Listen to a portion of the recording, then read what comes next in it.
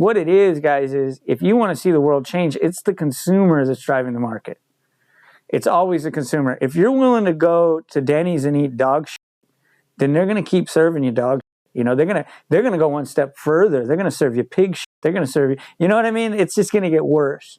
And, you know, same thing with all the restaurants, same thing with all these products.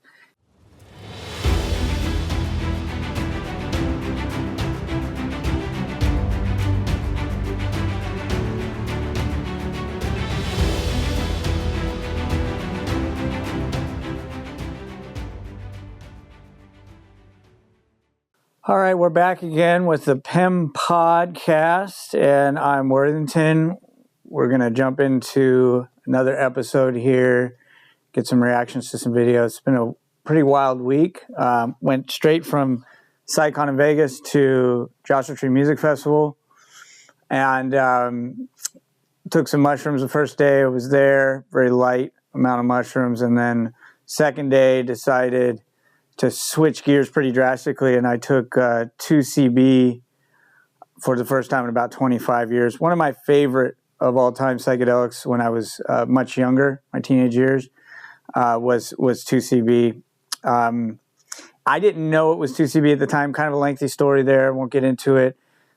We were taking these microdot orange barrels in the 90s, and we knew we liked it a lot, but we didn't know what it was. At first we thought it was mescaline, but as we researched what mescaline dosages were required to actually have a trip, we found that they would have been far too big to fit in the tiny package that this was coming in. So it took many years, and in 2021 I was talking to someone at Burning Man, and they explained what 2CB was to me, and I realized that that was what we were doing in the 90s. So I actually was able to source some about 18 months ago, maybe almost 2 years ago, and I've had it ever since. Went to Joshua Tree Music Festival on Saturday, decided it was the day, and I took it. It's very interesting. It was Alexander Shulgin's favorite research chemical that he developed. I believe he liked it even more than MDMA, which he also was the discoverer of. And, you know, also some things to be noted here. Columbia, unfortunately, developed a drug. If you remember the movie Get Him to the Greek, the Jeffrey, sort of a similar idea here. The concoction is called 2C or 2CB, but it's TUCIBI instead of the number 2 dash Charlie, or the number 2 then Bravo dash or Charlie Bravo, sorry, number 2 Charlie dash Bravo, the 2C family of chemicals. And the difference in what this Colombian cartel created and called it 2C, I don't know why they chose to call it that, is that they have put together this concoction of cocaine, LSD, oxycodone or fentanyl, PCP, MDMA, possibly one or two other things. It's unfortunate that they market it. And then they dye it like a pink color. And yeah, kind of just a crappy concoction that's not good for anyone, unfortunately. But apparently it took off like wildfire down there in Colombia. So, you know, I want to make a clear distinction between what we're talking about here. This drug that I took is extremely powerful. So the way I would describe it is it's very similar to mescaline or mescaline-like based cactuses, but on the other hand, also similar to a bit like LSD, a bit like MDMA, but not like candy flipping. It's kind of like if LSD and MDMA had a baby, and then also had a little bit of mescaline in there somewhere. Very, very powerful stuff. I'm going further and further with my own personal growth and healing. I have a deep amount of PTSD. I wake up pretty much every morning with hypervigilance, elevated heart rate, you know, all of the clear indicators of PTSD, panic attacks, anxiety, those type of things. Depression doesn't hit me as hard anymore. I've done a lot of work on myself. So the 2CB attacked that pretty quickly, began to feel very strong sensations in my chest and in my solar plexus. Depending on what you look at that as, you know, spiritually speaking, I would say it was definitely my heart chakra was involved. And then I began to have an interaction with a spiritual entity that I believe is the connection to the 2CB. There's an interesting fact here. There's 3 tribes in South Africa the Sangoma, Nyanga, and Amagira tribes adopted 2CB as their modern-day entheogen, and I believe discontinued whatever plants they were using, plant entheogens they were using prior to this, and they call it the medicine of the singing ancestors. I definitely had an interaction with some sort of spirit that then did a cleanse on me. I went further with it as it got into the nighttime. I was actually ready to go to bed around 9 p.m., and I had friends and people that really wanted to keep going and go down to the music and listen to music and do all that stuff there at the music festival. And so I decided I don't like switching gears or mixing things anymore because of the spiritual aspect that I have this connection with things. So I get a clear message from whatever the entheogen is that I'm using at that moment. And so I decided to take more of the 2CB, knowing that I might run into some trouble. And I did. I ran into a very difficult, PTSD symptoms, especially massive panic and anxiety. I was able to work through that with breathing exercises. And then I realized I'm still going through the integration today. That was on Saturday. So we're now at Tuesday, 3 days later. And I'm definitely going through integration and realizing a lot of things. And what I'm realizing is where trauma stores itself within your being, whether we look at that from the model of scientific cellular levels, or if we look at it from a metaphysical, purely energetic level, it appears to be layered, especially the way emotions work. They're very layered. So an emotion like grief or anxiety or rage will not live on its own, meaning if you can experience that emotion and then ask the question, what's underneath the emotion, you'll find that there's always something underneath the negative emotions until you finally reach a place of pure being, or maybe call it source. Those of you who are Christian, inclined, or other religion, of that sort may be inclined to call it God. If you go far enough with your negative emotions and dig deep enough and are able to face them without avoiding them, you'll find that that there's something underneath. There's this indescribable experience. This relates to what I've mentioned in other episodes about the man Thich Quang Duc who set himself on fire in Vietnam War in Saigon. The ability to do that, I've determined, really comes down to an absolute mastery of meditation, the ability to drop out of his body, basically, and leave his body, an instantaneous connection to source, if you will, the fundamental fabric of the universe, and changing that consciousness from within the body to not even being within your body anymore. I went through that in this kind of mental, kind of thought experiment in my mind, and experiencing different levels of discomfort. If you try to reach a point where you're just tough enough to handle being on fire, I don't know that that's actually possible. Maybe, I don't want to have any limited thoughts or limited thinking here, but I don't believe that's what's happening for someone to die peacefully the way that Thich Quang Duc did. I believe he dropped out. And it came to me because in meditation, I'm able to sometimes leave my body and completely go into a state of nothingness, a complete kind of connection with the entire universe, and feel like I'm not really in my body. I don't know that I can even experience pain if I'm able to reach deep enough levels with that. And I was also speaking to other people recently about this, and they were talking about dropping out or dropping in, or that connection where you're not really contained within your own body anymore. So what I found is the trauma layers are these layers in between that space and different layers of consciousness. And so in this integration period now, there's something called hallucinogen persistent perceptual disorder. There was an article, I think, in the LA Times about this, now that psychedelics are becoming a real potential medicine for people, and it's being taken seriously. There's this issue that's coming up. And I have a theory about what that is because I've experienced it. And when you experience this and you're in a state of presence and centeredness, it isn't disconcerting or concerning at all. You just feel great, and you see some colors, you might see some fractals, you see some things, and it's rather pleasant. But if you interpret that in a certain way and think it's bad or something's wrong with you because you took a psychedelic, or if you're actually experiencing trauma, which I think is actually more close to home as I'm going through this integration now, then you're going to have associate a really negative feeling with that experience. And so what I'm finding is that there's layers within the self and the conscious experience of being a human being, and in certain layers is where the trauma is stored. For me, PTSD is stored in a certain layer.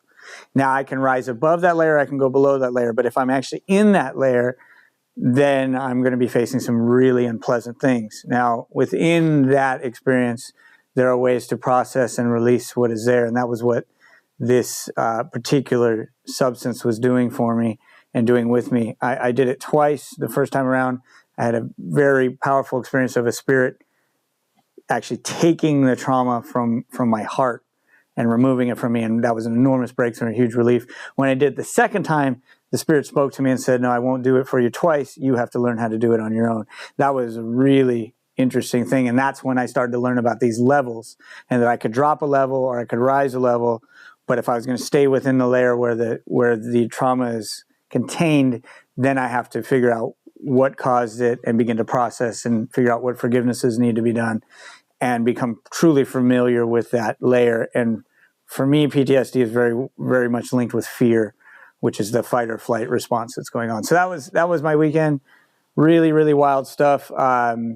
Yeah, just more understanding of the way trauma works and the way mental health works and why the 8 root fundamentals are so important. So we're going to get into some videos, see what we got this week. Let's go ahead and see what they're about.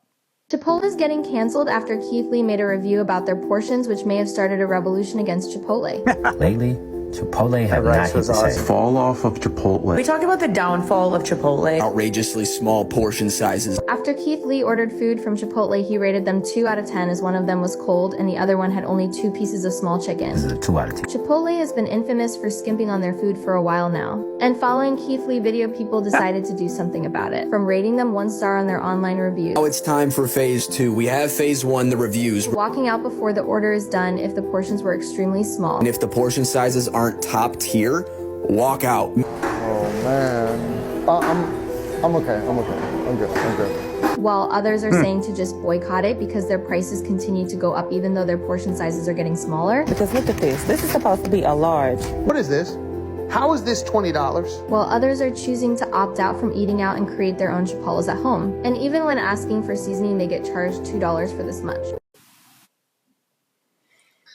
Yeah, I mean, we've seen this huge increase in inflation, since we went through COVID. And then, I mean, look at what gas prices are.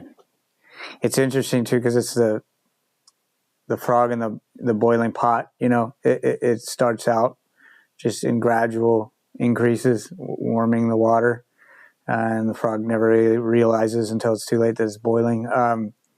Seems that that's what goes on with this price increases and then these, diminishing portions. When I was a kid, I remember McDonald's being awesome. And I don't know, I've talked about this with many friends and people in general when I'm out. And I'm not sure what it is. I was older when Denny's went downhill. But so I don't think I'm completely off base here, but let me just say this. I believe that McDonald's was way better in 1985 than it is in 2024. Just better. Because the argument here is that, well, you were just a kid, and so as a kid, everything's just so much better, and you have kind of a skewed memory of what really was going on. I disagree. I don't think so. I also remember when Burger King first came out with the Whopper, and my dad, who is not big on taking me to fast food places, agreed to take me for a Whopper. And I remember that Whopper being pretty good. I would never order a Whopper now. I don't go to McDonald's. If I go to McDonald's, I go for like the soft serve sundae. Those are pretty good. It's kind of hard to screw that up. And I'll go for, the fries. Everyone likes some McDonald's fries. But, it just seems like everything's gone downhill. And let me just like Denny's. I used to go to Denny's. I was really into weightlifting and bodybuilding, powerlifting, that kind of stuff. And I was gaining weight. And I would eat a ton of calories every day. And so we would go to Denny's and I'd order like 2 or 3 meals at once. I'd get like steak and eggs, I'd get like the moons over Miami or whatever they had, all that stuff. And it was pretty good. And right now we're talking about 1998, let's say. And boy, I enjoyed Denny's. I just refuse. I will not go to Denny's now. There's no way in hell I'll go to Denny's. It's just the quality. I'm not talking about portions here. I'm not talking about cost. I'm not talking about the things they brought up in Chipotle there. But the quality at Denny's just went to absolute shit, and I just won't go there. I don't know if I'm not giving it a fair chance, a fair shake. Is it? Are there some Denny's restaurants that are better than others? I don't know. When I talk to people, they seem to have a similar opinion that I do. I don't know. But what my point is that it seems that over time, these companies realize they can get away with kind of slowly reducing, portion sizes and things like that. Like, I don't see, that has to be trained, right? Because why would the employee care? It's not the employee's money. So the employee, it doesn't matter to the employee that's serving you the Chipotle portions that, they give you whatever portion, other than they're being trained and told that if they don't follow whatever the protocol is, then they won't have a job anymore. So I imagine that's got to be management that's handed down to them. And I think that's what's happening just all over. Like, you see corporate greed all the time.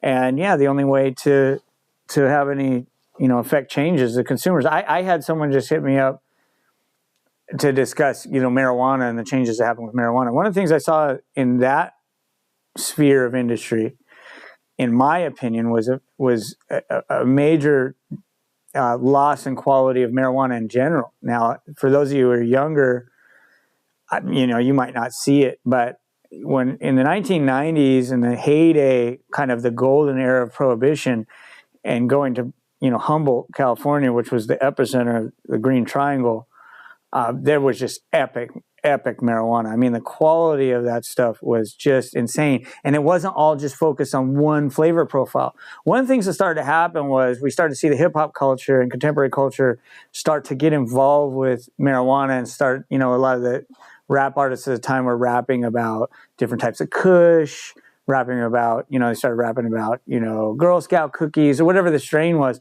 And that had a really unfortunate effect, because then the only thing that consumers wanted were these specific strains and flavor profiles that these rappers were rapping about. And the growers, want the business. So they're going to go where they're going to go in the direction of what the consumer wants.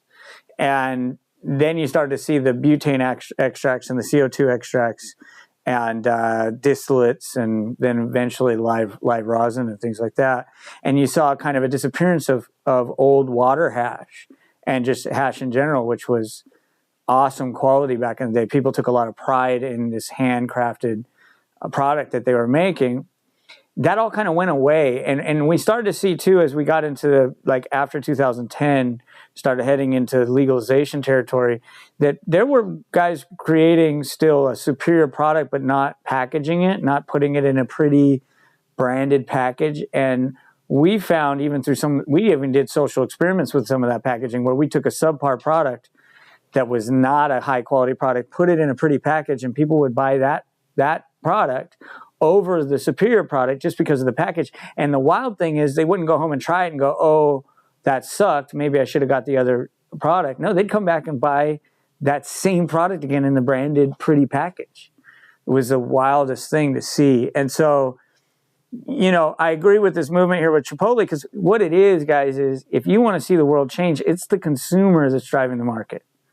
It's always the consumer. If you're willing to go to Denny's and eat dog shit, then they're going to keep serving you dog shit. They're going to go one step further. They're going to serve you pig shit. They're going to serve you, you know what I mean? It's just going to get worse. And same thing with all the restaurants, same thing with all these products. And I see it with these big tech companies too. Like, look at their customer service. Look at what product they give to us, and their service to people who are making money, to people who are deeply involved with their products and their services. You just get shit on. You get canceled. You get no one to talk to. If you do, it's very disjointed and difficult to have someone be effective in their support for whatever your specific need is. Yeah, it's up to consumers to go, no. I mean, it's the same problem with the war on drugs. We want to blame the drug dealers and the cartels and those people, but the truth is the consumers drive that market. As long as there's $1 billion industry there, even if death is the consequence of engaging in that, people will still absolutely engage in an industry that has billions of dollars to be gained. So, it's the consumers that drive what goes on in the marketplace. And yeah, I don't go to Chipotle. I've never liked it. It was never something I was really that stoked on.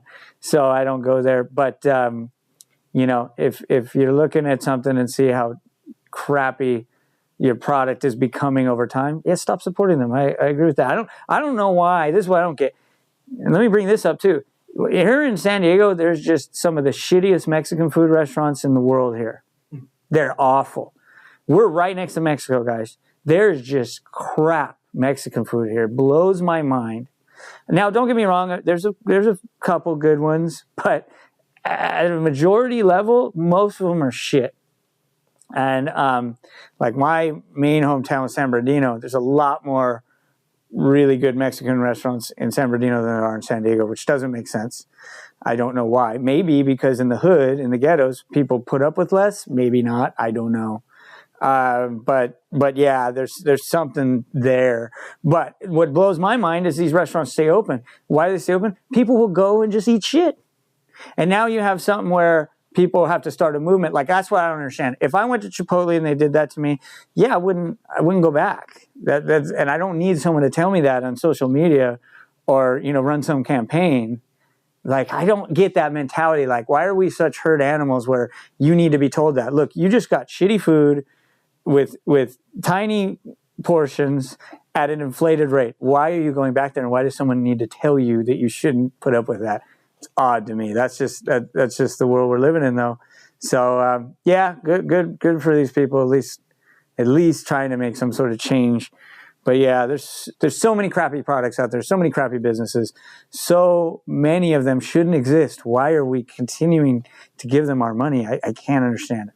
Speaking of the IRS and taxes, dude, this video was from the early 2000s. Past employed workers for the IRS, they all left because they figured out federal income tax is non-constitutional, and it's actually, there wasn't a law put in place. So they're like, people are just paying federal income tax when they don't have to. Unlawfully. Yeah. And someone put out a thing, they said, if you can find the law that says you have to pay federal income tax, we'll give you $50,000. And that's how the one IRS agent found it. And she's like, there's no law. We have to pay federal tax. She even said upwards of 60 million people in the U.S. in the early 2000s were not paying federal income taxes. And then one guy, he's like, yeah, I'm not paying taxes. He was brought to court, and they're like, wait a second, we don't have a law. And so they couldn't charge him with anything. There's some conspiracy with the Titanic and taxes. There's someone on the Titanic that was a politician or whatever that very opposed to the collecting taxes for the Federal Reserve and stuff. And the Rothschilds, Rockefeller, they were supposed to be on the Titanic, and they decided not to get on last minute. These guys that were very opposed to the Federal Reserve died in the Titanic. A year later, federal income tax and the Federal Reserve was established. That last part could be true. The rest of it, I don't know. This is similar to this whole, like, when we were going through the your right to travel and the sovereign citizen stuff, and then I was able to dig deeper and then found the civil rights attorney's channel, and he kind of addressed that directly and said that was not true. The IRS thing is interesting, right? We've got some notable examples. Number one, we've got Al Capone. Let's go with one of the biggest and most well-known. This guy's a gangster, right? Involved in racketeering, loan sharking, bootlegging, extortion, murder. I mean, you name it, right? And they couldn't catch him for that stuff. And what did they catch him on? Tax evasion. So I don't know that case. I'm not an attorney. This is why I'm very careful, right? I'm very careful about what I say here because I'm not an expert, and I've run into trouble before where I was like, yeah, that sounds good to me, right? And now I know kind of not to do that because I don't know. I don't know the answer to that, guys, but I think there's a problem there. I don't think he's probably 100% right because, like I said, I've got one notable example there, Al Capone. There were others. There's also the example of Wesley Snipes, much more modern. I don't know if you guys remember. Wesley's pretty gangster, man. He actually led the cops on a high-speed chase, if I'm correct on this, on a sport bike. Ended up, I believe, doing 4 years in prison for tax evasion, federal income tax. So I don't know, right? I would need, these people are saying these, it's just me hearing them say this. It's what they call in court hearsay, right? I don't, what are the documents? And it's harder, I would say, to prove something doesn't exist than to prove something does exist. Because to prove something does exist, you need only one example of it. To prove something doesn't exist, you have to exhaust everything. You have to go through the entire laws of the United States and show that nowhere in any portion of the codes and legislature and, regulations is there a law that says anything about, requiring income tax. This does not at all reflect what my opinion is. What my opinion is very different on taxes. Now, there has to be some sort of taxes, otherwise we won't have infrastructure, guys. And I got to be honest with you, if you're fighting income tax, I think you're fighting the wrong thing. I think property tax is far more egregious. And the reason I feel that way is because if you are able to eventually break free, have enough money to buy yourself a piece of land on in some rural area that has enough space and resources to where you could be off grid, then you could live completely free and really have nothing to do with, what the Rastafarians would call Babylon. Nothing to do with civilization, nothing to do with this rat race, none of it, right?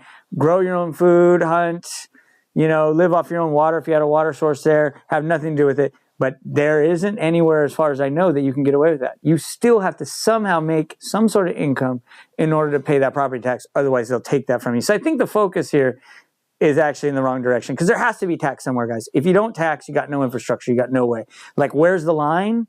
What should we tax? What shouldn't we tax? We could have a debate about that. I certainly feel like we are in this same like Boston Tea Party like era again, where it's like taxation without representation. I mean, how many of you guys out there feel like you're not being represented by the governing body that's taxing you? Like, are your tax dollars actually representing your interests? I would have to say my experience with it is no. I don't feel like my interests are being represented there at all. I get benefits of like driving on public roads and infrastructure related to the Weather Service, National Weather Service, and FDA, which is supposed to protect us, but I think that's really degraded now. Unfortunately, that's a sad, degradation of our social systems. Social Security, which is supposed to help us. There's all these things that our taxes are supposed to really be for the greater good, but I see that being more and more, subversively, changed to not benefit us and benefit the wealthy and benefit the people in power. I definitely see that. But is it illegal or is it not law for you to pay your income tax federally? I think you'd be playing with fire there. I think you'd have to definitely talk to a real legal professional and find that out. And that's what my problem with a lot of this stuff is. Like I said, with the sovereign citizen, right to travel, those things, the civil rights attorney actually, he answered that very directly with case law, documented case law, precedent-setting court cases that then put things into actual law. So that was not true. When it comes to this, I would, have to dig deeper and maybe we'll find out something. This is what I'll tell you. If you're not making a lot of money and you don't own assets, there's no reason for you to pay income tax. They're not going to come after you. Something you should understand about law enforcement is that law enforcement is a business. So it's ROI, right? If you've got nothing for them to take, they're not interested in you. Even locking you up is worth something because we've got privatized prisons now. And so somehow our tax dollars fund that, which is amazing to me. And then a private corporation gets rich off of you being locked up, which seems like a conflict of interest in the name of justice. But ultimately, though, the reason, for instance, the war on drugs continues to go on and on, even though it's a clear a clearly bogus idea with nothing but harm being caused to those in the middle, is because of laws like civil asset forfeitures and the ability for law enforcement to take huge profits and seize people's assets in the name of stopping drug trafficking. So that's the ROI portion of law enforcement, the law enforcement industry. And so if you're not paying your income tax and you're, say, making anything under $50,000 a year, they're not going to come after you, especially if you don't have assets. Be very careful if you own a home. I don't consider cars to be assets, so I don't think you have anything to worry about there. But if you own land, property, have actual stock holdings and own securities and things like that, then it's a bad idea not to pay your taxes, guys. You run into serious trouble, and they will use violence against you to seize your assets. So it's a touchy thing, and I don't know enough about it. But I would say, talk to an attorney before we really adopt this as fact, what this YouTube video has said here. So that's what I see. Yeah, taxes.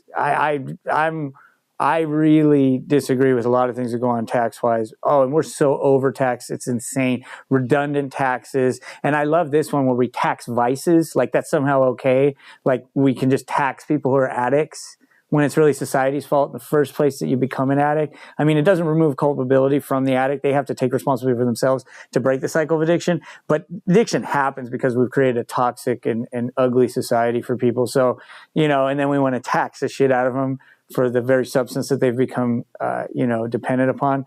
It's bullshit. There's so much bullshit within the tax world. We could go on and on about it. So I don't want you to get the perspective that I at all support, certain things with taxes. But yeah, I'm not sure that I would say that it's not law that you have to pay your income tax. I think about it this way. Do you think that these very powerful people, here's an argument for you. Do you think that these very powerful people in positions of power to legislate and lobby for things and who gain from taxes forgot somehow or didn't implement some tax law in there that mandates for you to pay your taxes? I doubt that very much. These people pretty good at sewing things up real tight. They sew the game up. So I'd be careful with that one. I don't know the truth. I'm just going to tell you I don't know. I don't like it. I'm probably majority of you out there probably don't like it either. None of us like paying taxes, but we should affect change. We definitely, it's funny. People get up in arms about so many things. Usually it's always, violence and, policing and the stuff where people have been killed. I get that, but there's other things that are really important too. We're just allowing it to happen. Just like going to Chipotle and just getting a shitty meal and keep paying that $25 every time and go back and do it again. I don't know why we do that. It's ridiculous. So, yeah. In The Truman Show, the main character is unknowingly on a reality TV show that tracks his every move. In order to keep him on the island where the filming is taking place, they orchestrated a childhood trauma that left him terrified of water, so he's unwilling to take a boat to leave. He's constantly bombarded with propaganda about the dangers of flying to disincentivize him from taking a flight out. The residents in M. Night Shyamalan's village are confined to this small village surrounded by forests that contain these red monsters known as those we don't speak of. The community has an uneasy alliance with the monsters, where they'll leave them alone, provided that no one enters the forest. The reality of it is, though, the monsters are invented by the founders of the village who decided to leave civilized society and are living in an 18th century cosplay. For this, they keep everyone afraid of the monsters so that they won't leave. In mythology, they were dragons and leviathans, and monsters that kept people from exploring. Today, we have the news and war and turmoil. When I first started traveling, I was told if you leave the resorts in Mexico, that's a wrap for you. I've now been here for 6 years and have yet to even step foot on a resort. Before moving to South Korea, I was told that the war with North Korea would pop off at any moment. When you get there and ask the residents about it, no one knows what you're talking about. The other day I saw a video of this kid crying about how life is hard and everything seems to be falling apart. Like, I can kind of get it, but I feel that accepting that things are falling apart is a cope. You live in literally the safest and best time to be alive in history. It may not feel like it, and do you know why? News, media, the messages you're receiving are telling you that it's bad. But how much of the things that we hear are reality, and how much is designed to keep us where we are, to keep the NPCs in their maps so that they don't wander off too far? How much is designed to help us in constructing our own prison to be locked into? I'm not sure what's trustworthy or what's real, because every piece of evidence that filters down to us is tinged with the special interests of the people giving us the information. Everything I was taught as a child, as I research it more as an adult, there's massive pieces of nuance missing.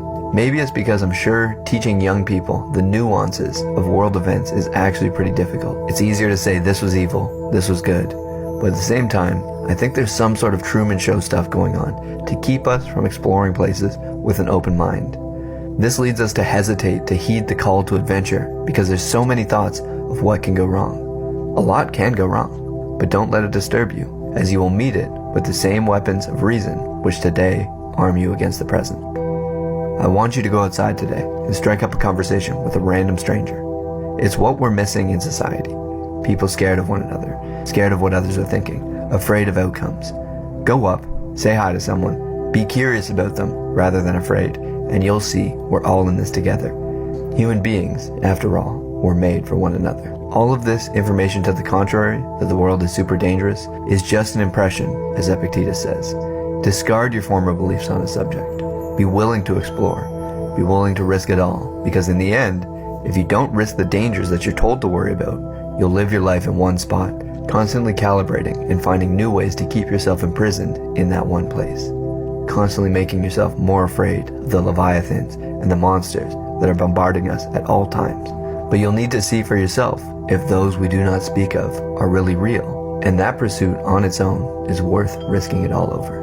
No matter what alarm bells are going off in your head, go forward, and you'll be shocked to find out how many alarms turn out to be false once you pull back the curtain. I agree with him, and I also disagree with him. There are real monsters out there. There are real wars out there. There are real murders out there. I've come close to them. I was in a hostage situation in 2007 where we were going to be executed. I've jumped out of windows with people shooting at me. And it has to do with what I got myself involved with. That's important. Just a few years ago, we were traveling to Tijuana to buy prescription medications as the government kept cracking down further and further, and people couldn't get what they were looking for. At the time, we were mainly looking for Xanax, Tramadol, a couple other things. And we stopped because some of the pharmacies that we were working with, some of their people were hung headless from freeway bridges and things like that. It's real. It's not fake. I also have a friend who's got dual citizenship and was living both in La Paz and in a certain area of Tijuana. And, he was always reporting back to us as the CJNG cartel, which is the Cali Nueva Jalisco Generation cartel, had started to take over territory from Sinaloans. Started to see some massive, serious problems happening in Mexico, especially in border towns. Now, he didn't really say where he was living. He said he wasn't living on a resort. Doesn't mean he's not taking risks. What the issue here is do you allow fear to control you? And I definitely think that's not the way to live. Does that mean it's not dangerous? And I don't think he was fully saying that. He kind of balanced his statements at the end a bit. But he made it a little bit sound like there's nothing to worry about. There are real things to worry about out there, and you need to stay alert and aware because things can go very wrong very quickly.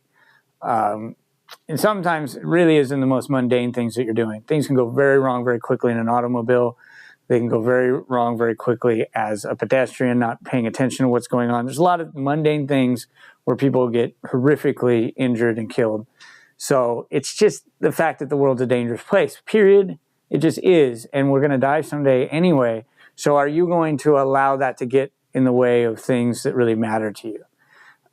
If going to Mexico and enjoying Mexico is what matters to you, then you shouldn't allow fear to get in the way, but you better stay really alert. I don't know how many of you are aware of this, and I don't know how old that video is, but some Australian surfers were just brutally murdered at a surf location outside of Ensenada, I believe. And they were murdered along with what appears to be a rancher and found at the bottom of like a water well. So these things really do happen. And, it just comes down to awareness. You really have to stay on your toes. And I feel that depending on where I go. I've always felt Hawaii is one of my favorite places, and I feel pretty safe there, right? But when I went to Bali, I felt a very different. People love Bali. I felt a very different vibe there. And there's a scene there in Denpasar where the bombing took place many years back. It was a jihadist had set off a bomb at a popular nightclub and killed a lot of Australians, some Americans, and other people. And you could feel things. I can feel. I can't explain this to you. It's like that sixth sense, intuition. I could feel things. It's not 100% safe. When I went to Costa Rica, we went to the Caribbean side and the East Coast, and I was over by Limon. Limon is kind of an epicenter of a power struggle between cartels because of the fact that Costa Rica does not have an official military. They don't have an army, and they do have police and things, but they aren't equipped to really manage these larger organizations. And so Limon is a major port city that can access almost anywhere in the globe from that port. So the cartels, both Colombian and Mexican, are fighting over control of that area, at least at the time that I was there. I was there in around 2013. And so that's quite some time. Maybe things have changed. When we went down to a town called Cahuita, which is an awesome place by the National Forest there. And, while we were there, a woman was bit at night by a fer-de-lance, extremely deadly poisonous snake carrying her child. So, and these stories, that's a real story. I was there. It happened. I'm not giving you some Truman Show stuff. This happened, and luckily the woman had a cell phone, was able to call for emergency services. This is a dirt road town. Cahuita at the time had no paved roads. And she was walking at night and probably didn't see the snake. She was bit twice. Luckily, the child wasn't bitten. And because she had a cell phone, she was saved. She got the antivenom that she needed. But she was immediately paralyzed and couldn't get back up and get away from the snake. But anyway, while we were there were machete bandits. We had to be very careful of that. There were people trying to sell us drugs on the street. I was there with a tall, blonde woman, my girlfriend at the time, who passed away later, Nicole. And there were dangers. There were real dangers, but we enjoyed ourselves, and the risks were worth it, and I would go back. But it'd be dumb to go there naively and think that there's no risk. I mean, the bus we took from San Jose to Cahuita was called the Mepe bus. The cartels were actually moving product on the bus. These guys came on with these boxes and loaded them right in the center aisle of the bus. And I asked, because we had family there at the time who had moved down there for retirement. And I asked them, I said, well, what's this about? And they said, oh, yeah, well, you don't ask about that. Cartel was moving money and product, basically drugs, on the buses. So it was actually right there in front of you, everything that's going on. So all I'm trying to say is, yeah, I agree with his message. And then on the bigger scale, let's say on the bigger level, like the COVID thing, and it goes both ways. These people, the fear of the vaccine, I think that's overblown.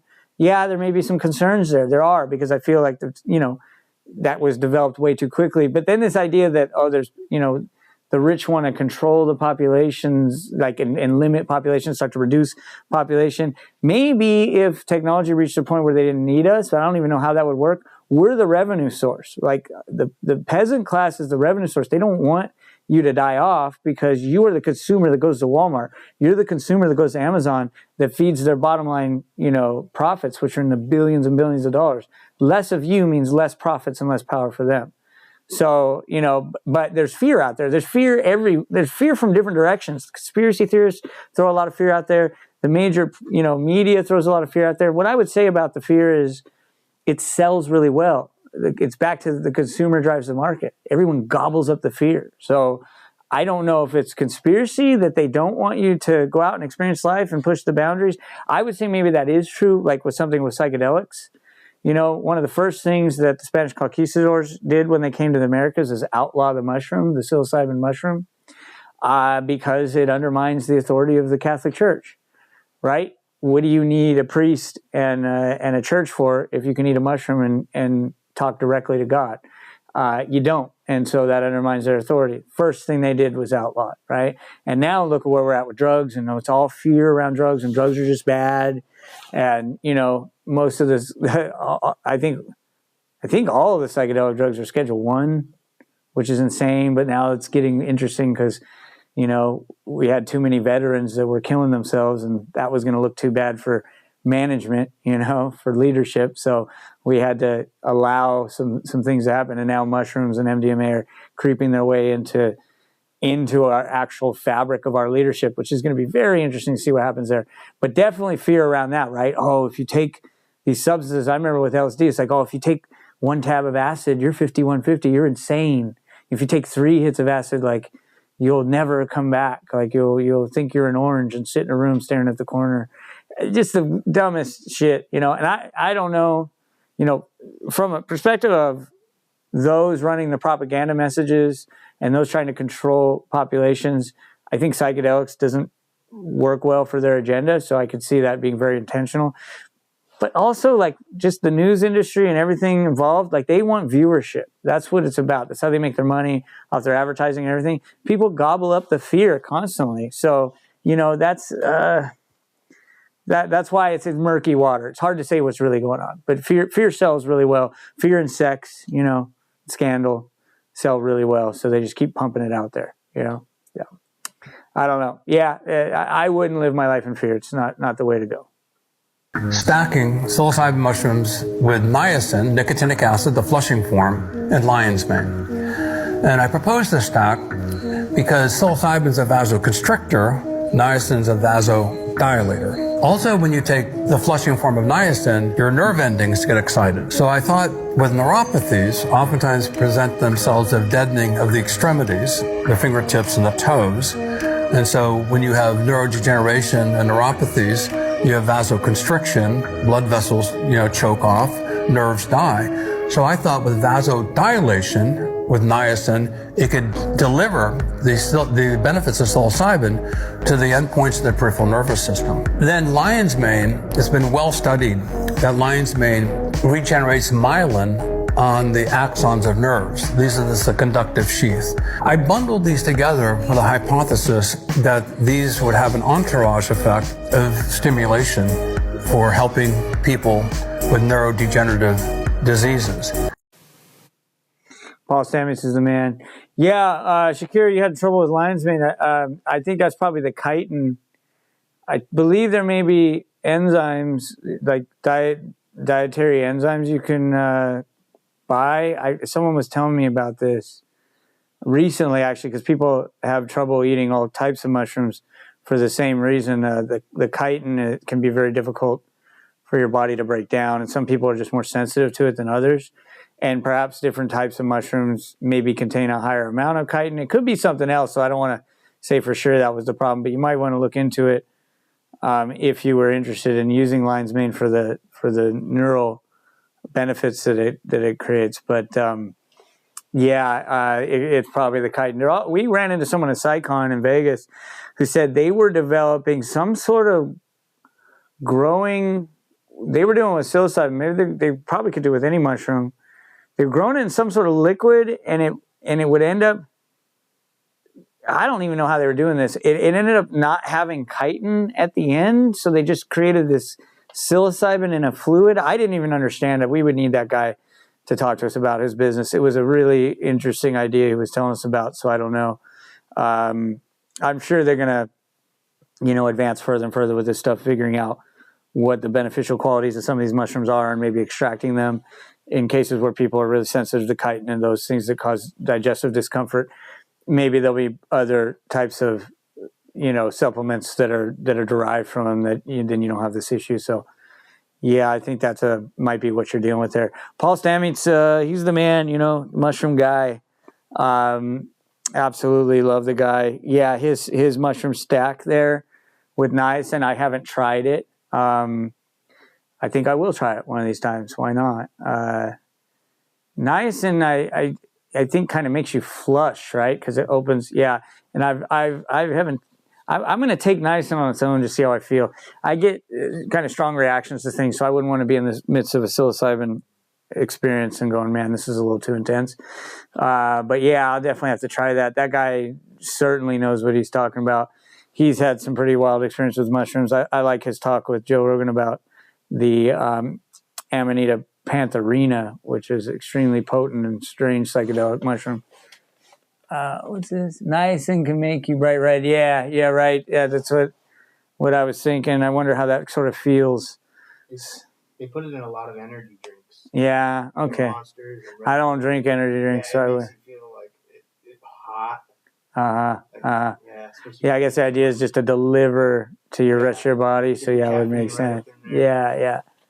That's usually in higher doses. Okay, yeah, I would probably kind of play around with the niacin and see where I got with it. But yeah, Paul's great. I hope he's able to convince people to do, more and more research with things like this. He's done a lot more than just with psilocybin and those things.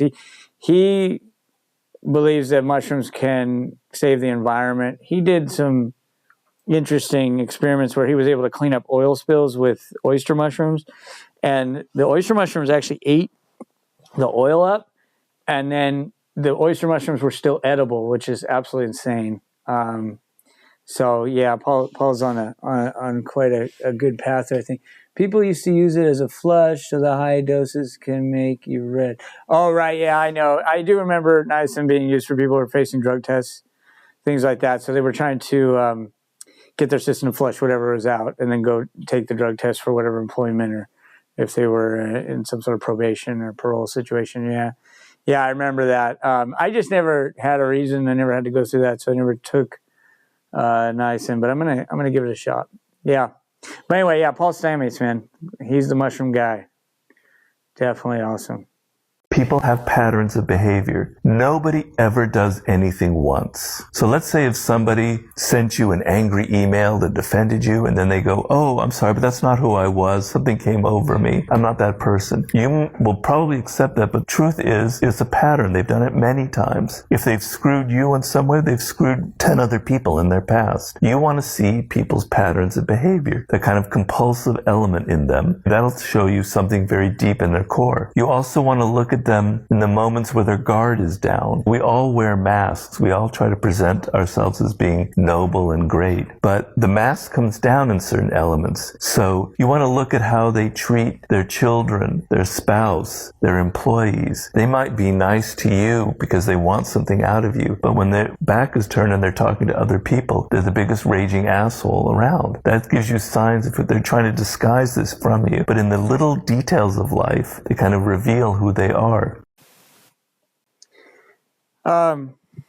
Yeah, I have a little bit of problem with that way of thinking. Let's start with one thing. He's making an assumption, right? He's making the assumption that when someone behaves a certain way, that it's a pattern. There's no way that they've only done it once. But we're finite. We're in a finite period of time here on Earth, alive.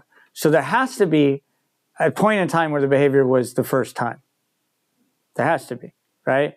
Now, depending on how severe the action is, like for instance, if someone murders someone, and it could quite possibly be the first time they murdered someone, I could most likely make the presumption that they thought about murder many times before they actually committed murder. Now that's from the perspective of premeditated. Let's kind of dial that in a little further and define things carefully. That's from the perspective of someone, a premeditated murderer who goes and decides to take that action, right? They've thought about that many, many times before. So there is a pattern there, right?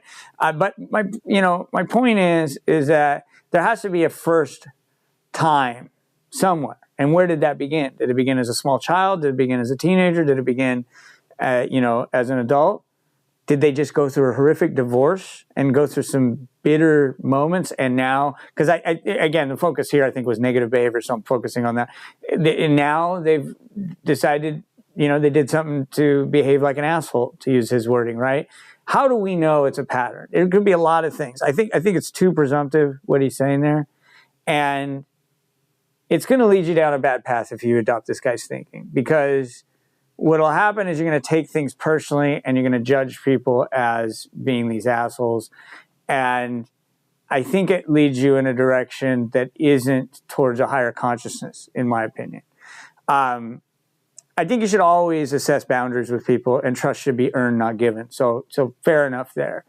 But he's making an assumption that he doesn't really have proof in each individual situation. So what he's doing, in my opinion, is similar to where you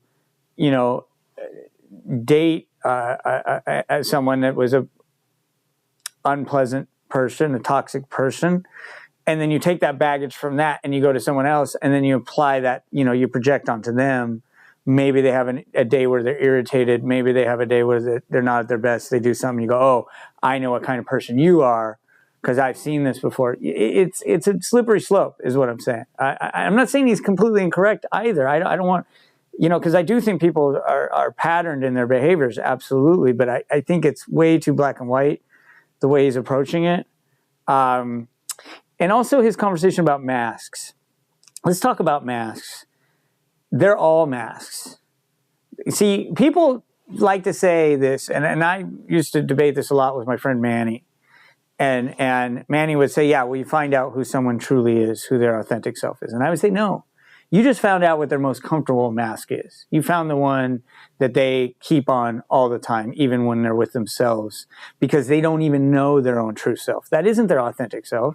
That's just another mask that they maintain, their identity. See, in our world these days, we're so caught up with identity that identity, if you understand, is truly the foundational root of ego. That's what ego is, identity. It's attachment to something that says, this is who I am, but it isn't who you are. And the truth is, you can't ever tell somebody who you are, and they can't ever tell anyone else who you are, because who you are is something that's beyond words. Who you are is a being. Your beingness, your state of presence in this moment is who you are. And there's a being and a presence that's behind the identity, that's behind the mask, that is the true, authentic you. And that can't be put into words what that is. That is a pure existential part of ourselves that we'll never really know the deepest nature of what it is. It is truly the core of this universe. Right, yeah, I don't agree with the way the guy's approaching it either, Shakira. So I think, it's a rather condemning look at people. It even seems, and I know he's not saying this, might be presumptive of me, but it also seems to say that people can't change, that people are always the same, and that's not true either. It's difficult for people to change, and sort of Newtonian physics seem to apply, meaning, momentum is a very powerful thing. So people tend to stay the same for long periods of time, but people do change. I've seen people change. It can happen, and it takes, several ingredients. I don't think that anyone really knows exactly everything that goes into it. Otherwise, our criminal justice system would have 100%, rehabilitation rate and zero recidivism. So there's definitely a lot to the idea of people changing, and especially changing for what we consider as a society is towards the better. But it's just, maybe it's how he delivers the message.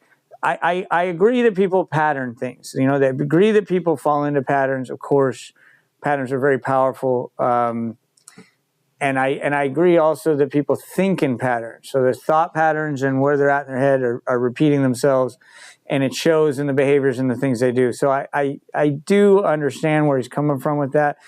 But in the way he's approaching it, it's an assumption-based, idea, and it's going to lead you to really just building up and feeding your own ego, right?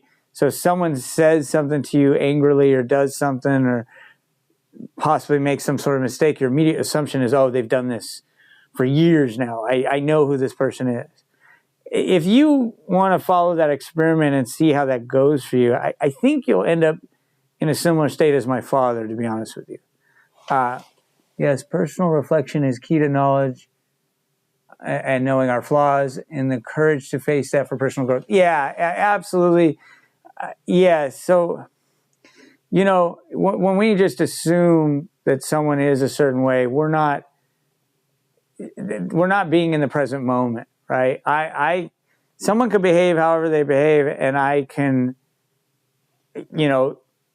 decide to take a number of different actions based off of what's in front of me, and it can have a profound outcome on the way people react, actually, based on what that particular way that I approach it. If I approach it with, oh, this is who this person probably has been their whole life, and they're just an asshole, and that's really who they are, most likely the way that I'm going to behave is rather, how would I put that? Sort of negative. I'm going to have a negative perspective on that person. I'm going to have a negative interaction with them. I'm going to have a non-inclusive and maybe even aggressive kind of attitude with them, or even dismissive or whatever. And it isn't going to help change our world at all into a better place if that's the approach that I take. Because people can change, and they do change when people come around and show them and lead by example and show them the way to live. And that's, in my opinion, by not adopting an egoic mindset. And not making assumptions. I mean, the first rule in the 4 Agreements by Don Miguel Ruiz is never make assumptions. And that's for a good reason, because when you don't make assumptions, then you don't kind of feed your own ego, and you don't get yourself riled up and into a negative state of mind about things. You don't make an assumption. You go, man, this person could be behaving this way for any number of reasons. And people have good and bad days. People have a lot that happens that can color and influence their behavior. And people have made, unfortunately, terrible mistakes after a bad moment with their wives, or a bad moment with their children, or, a very upsetting moment during a divorce, and gone out and really hurt people and done things like that. And I guarantee you they regret it. And I'm sure that many of them regret it, not just because they got caught and they're in trouble, but also because they realized the damage they caused. It's just, to say that that's who they are is, it's almost medieval in a way, kind of a medieval perspective. Like, let's put them in the rack and torture this person because that's what they got coming to them. There's kind of like a really negative. I just don't agree with that guy's perspective. I'm not saying he's wrong 100%. People behave in patterns, fair enough. But approaching it by saying, oh, because they sent me that one email, I know who that person is. No, you don't know shit about that person. You don't know anything about them and what they're going through. You don't know half the pain they're experiencing and difficulties they're going through, and that they're doing the best they can at that moment. The people who are assholes are doing the best they can at that moment. That's what's going on. It's messed up. Their best is really shitty, but it's their best at that moment. Whether you want to kind of, how you ever you want to look at that, that's where they're at, So, yeah, I don't believe it's a mask. It's not who they really are. It's rooted in trauma. First of all, we're not even taking into account the trauma that's involved and why people behave the way they do.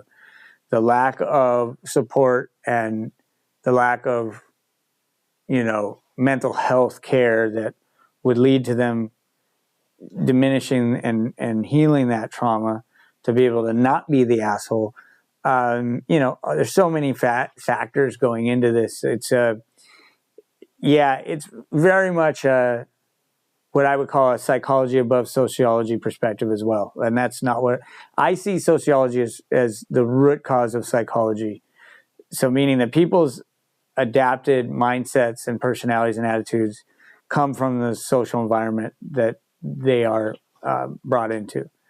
I just, although I'm not saying he's 100% wrong, I think the way he's presenting the idea is a bad way to approach things, is what I would say. I think it's the presentation, and it seems to encourage people to make an assumption, and I wouldn't do that. Like I said, trust is earned, not given. Make sure people earn your trust. Don't just give them trust. That's a bad way to go in this world.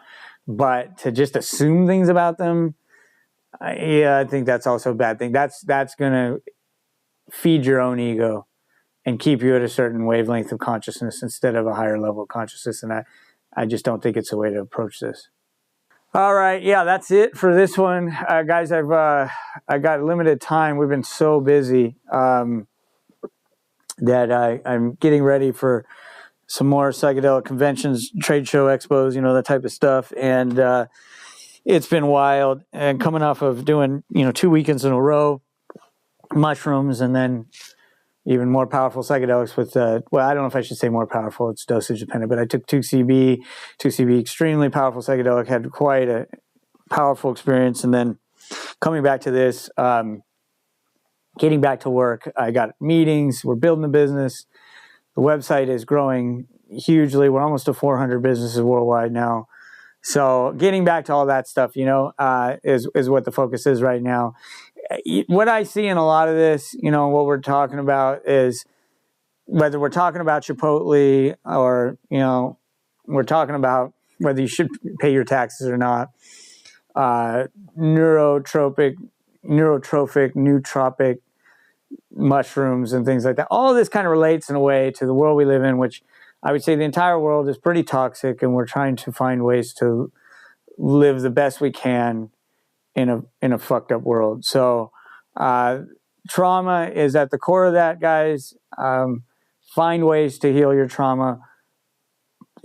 Find ways to even admit that it's there. Some people don't even admit that they're messed up. A lot of times, like to come back to that last video, the assholes are the ones who won't admit that they're messed up. That's what's really goes on there, right? They can't admit they're like, hey, I'm fucked up and unhappy because a bunch of life's experiences were shitty. So, that's the deal. So the mental health journey is so important, guys. Processing past trauma, doing the work, the meditation they're not doing, connecting with nature, examining your beliefs, working on your relationships, having a healthy diet and exercise routine and breath work, embracing being uncomfortable and diminishing your ego. Focus on all that stuff, guys, and I guarantee life will get better and your awareness will grow. I will see you next week. I'm going to get out of here. Good to see you, Shakira. Hopefully you have a great evening tonight. I'll be talking to you soon. Bye now. Okay, guys, hopefully you've been liking the content we've been providing so far. We've been covering a lot of different topics here. And, for long form, you're checking us out here on YouTube. Also, you can find us on Rumble for short form.